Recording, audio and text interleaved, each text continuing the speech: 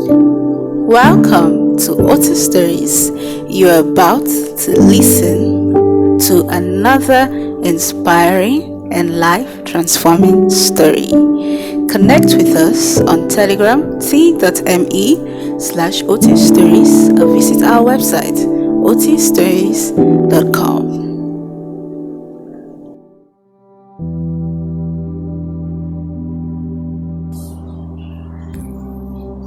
Hello. The story that you are about to listen to is titled Rare Cases. Have you ever wondered why some bad incidents happen to a believer that you know? Well, this story is enlightening and it answers it all.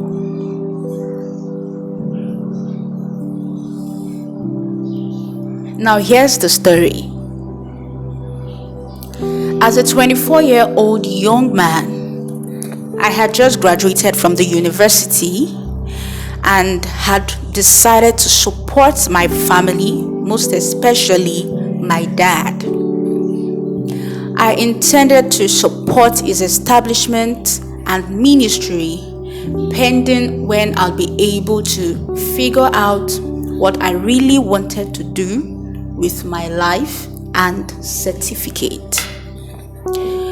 Growing up, I was never really involved with the family ministry. Even though I was the first child and the only son, my father made up his mind not to ever bother me with anything that could divert my attention from my studies.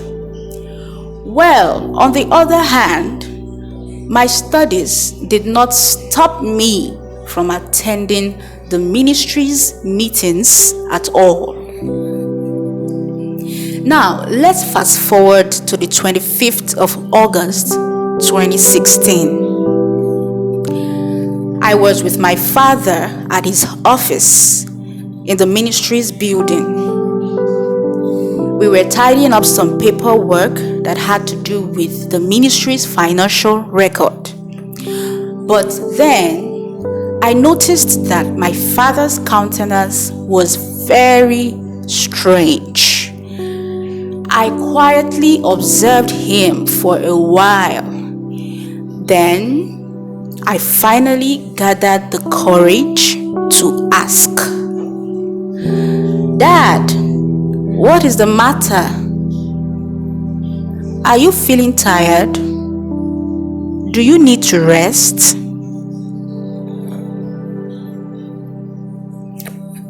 Rather than giving me a reply, he stretched his hand to his drawer and then he handed over an envelope to me. My heart skipped a beat on sighting that envelope. About a dozen questions went through my mind, which made me even more reluctant to receive the envelope from him. You know, considering his sad look, I couldn't help but to think that it was either a medical report, something that had to do with debts, or maybe a death later. I felt so scared that I didn't even notice that I had left his hand hanging for so long until he screamed at me, "Take it!" he shouted. I slowly opened the envelope, brought out the letter, and read it out. It was a bit confusing because the content was not in any way a bad news. I looked up and then found him smiling at me. So I said to him, "Is this a joke, Dad?" And then he replied me saying, "No, it's not. I was invited as the main guest minister for this year's conference of the 𝗏𝗏𝗪𝗏 ministry. The date is in 48 days time, and I strongly feel it right down in my heart not to attend it, most especially on the first day." I received the invitation 4 months ago, and just last month I began to get this uneasy feeling about flying on the first day to the conference. I trust that it is God speaking, and I have also called the ministry to move my time to either the second or third day. Last week I got a call from them. They informed me that they had done all they could to rearrange the schedule, but it turned out that every other minister that was fixed for both the second and the third days of the conference had got important meetings to attend on the first day, and so they would not be present on the first day. They also said that if I had told them immediately I got the invitation, they could have sorted it out because I was the first to be sent an invitation, and so it would have been so easy to adjust things. They also pleaded and asked me not to be absent because they had already started to run adverts and my name is being mentioned as the main guest minister for the first day. I have a very close relationship with the Max family boy, and I do not want to disappoint them. On the other hand, I am sure I shouldn't attend that meeting or even fly on the first day to that meeting. It even became clearer when I prayed about the issue yesterday. So I replied, "Okay, Dad, I think it would all be sorted out." Now, let's fast forward to 3 days to the conference. That day, we had a meeting with the entire staff of the ministry. At the meeting, my father informed us that he had made up his mind that we were going to leave for the conference a day before the set date of the conference. He stressed that he was convinced within him to avoid flying on the first day of the conference, even though it would cost the ministry more money to fly the day before the conference, as that would incur hotel bills and more. After that, he instructed us to gather all the useful materials owned by the ministry that would be needed at the conference. He also told us to put the office in order and to also take good care of our appearances before we leave. Now, let me take you straight to the day of departure. That morning, we all assembled at the airport. The private jet was ready, and a few minutes later, we all went on board. In exactly 2 minutes after the aircraft had started off, we began to notice a strange sound.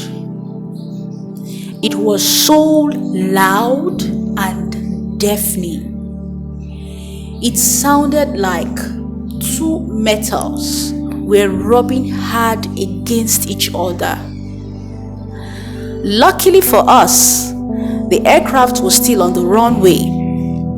So the pilot stopped the aircraft and we all came out. We waited for the engineers to do a quick check so they could fix the fault.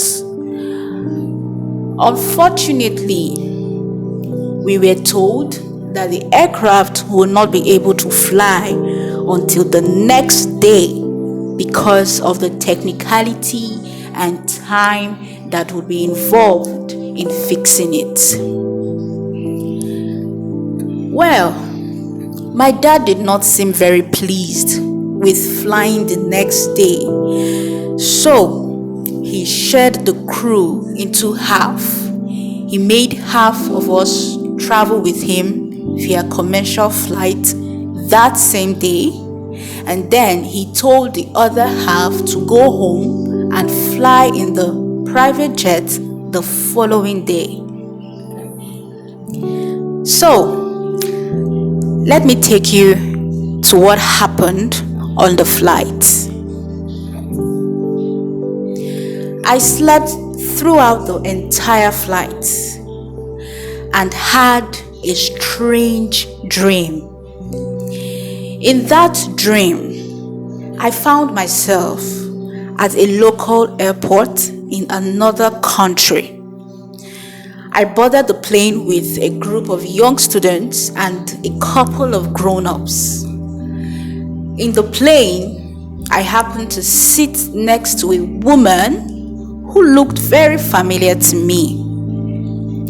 As I stared at her in a bid to recollect her identity, I noticed that she seemed very uneasy. I also observed that she was sweating profusely, panicking, and murmuring to herself. So, I summoned courage to ask what the issue was and if there was any way I could be of help. But she turned her face towards me, smiled, and said, "I am fine." That didn't satisfy my curiosity. Just after the plane had stabilized in the air, I looked at her again. On seeing that nothing had changed with her countenance, I asked her again if everything was okay. This time, she took a deep breath, looked at me, smiled, and said, "I am fine." Well, I made up my mind never to disturb her throughout the flight anymore. So I took out a book to read. Just then, I began to notice that I could hear her speaking to herself. I turned towards her to see if she was talking to me, but her mouth was shut. Still, I could hear her say, "I am not supposed to be here. God told me not to go. But I just don't want to offend and disappoint these people. I feel I shouldn't have made this trip at all. What have I done?" I knew God had allowed me to hear her thoughts for a reason.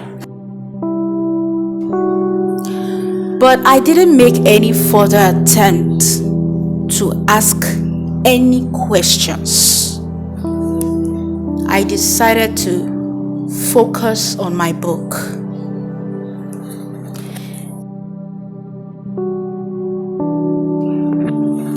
Few minutes to landing, she suddenly stood up and asked the entire passengers on the plane to pray. She said that she could feel that something isn't right.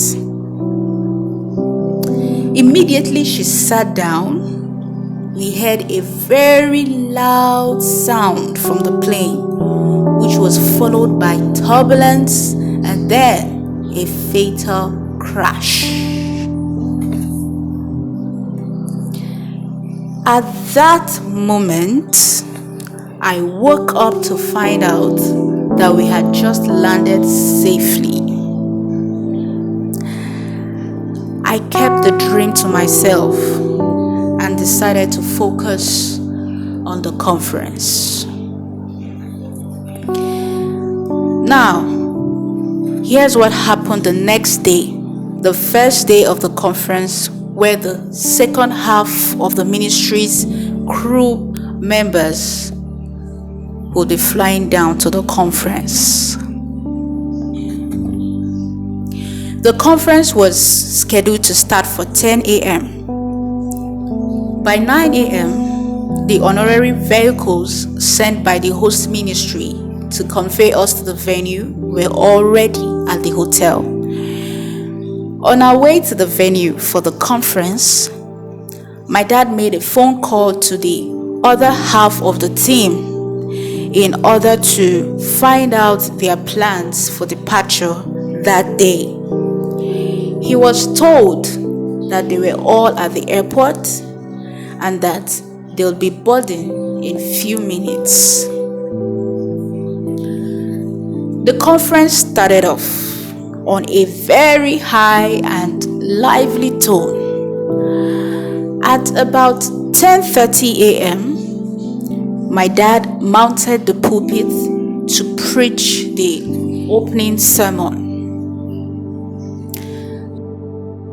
10 minutes into the message, a member of our team who had flown in with us the previous day came rushing at me. He whispered into my ears, "There's an emergency, sir." So I rushed with him. There, he informed me that he had just gotten a call from the airport stating that the private jet had crashed as a result of bad weather and that there were no survivors. On hearing that, I flashed back to my dream. I told him to keep the news from my father until the end of the day. I got too emotionally down to stay seated at the conference, so I sneaked out of the building and returned to the hotel. There I cried my eyes out. I kept begging God to speak to me. After about an hour, the Lord reminded me of the story of one very famous African preacher whom robbers had visited his house. The robbers told him that they were given instructions by someone to kill him and that they must leave without leaving him alive. The preacher begged them to allow him say his last prayer in his bedroom, which they agreed. They told him that they weren't in a hurry at all. So he went to the room. There he prayed to God to help him out of that situation supernaturally.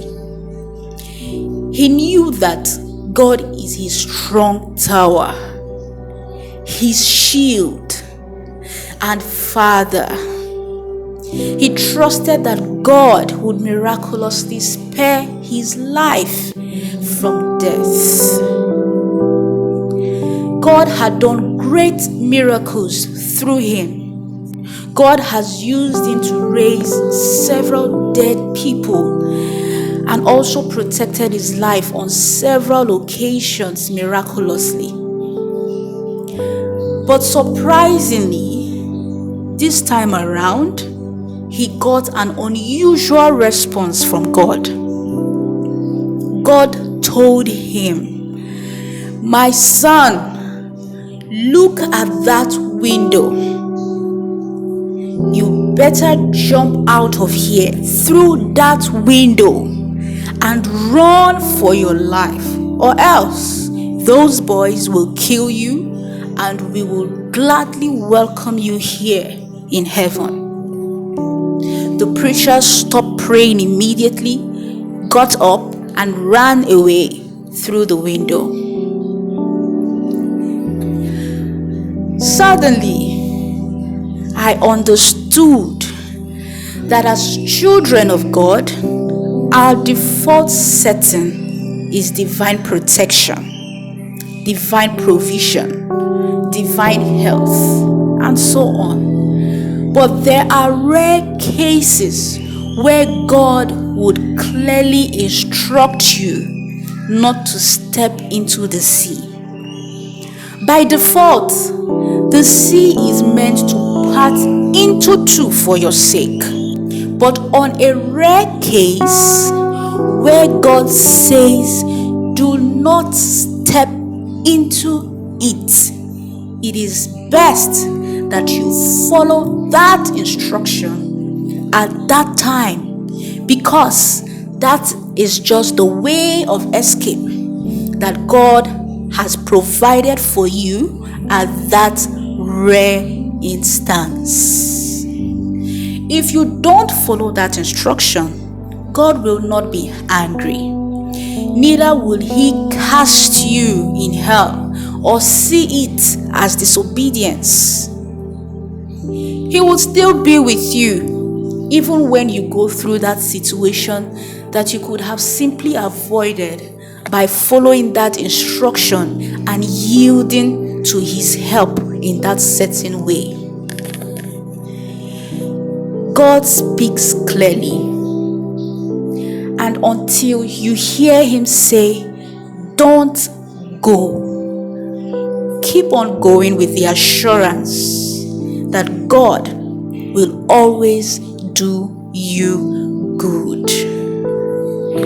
Thank you for listening to this inspiring and amazing story.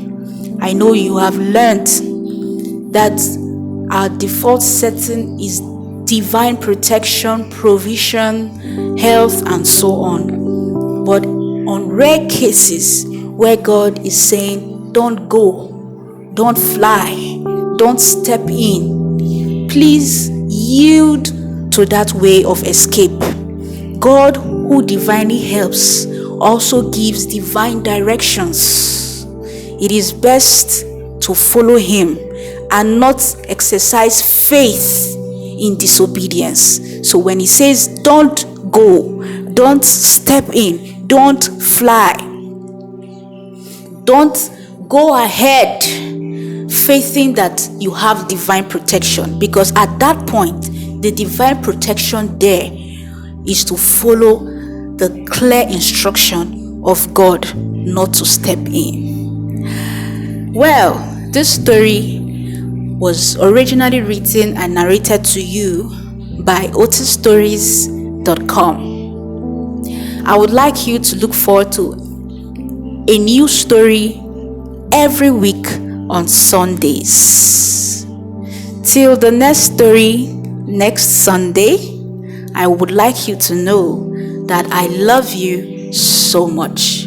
Connect with us on Telegram, t.me/Oti Stories, or visit our website, 𝗬𝗏𝗏𝗏𝗏𝗏𝗏. I love you. Share your feedbacks, your testimonies, and I'll see you again next Sunday. God bless you.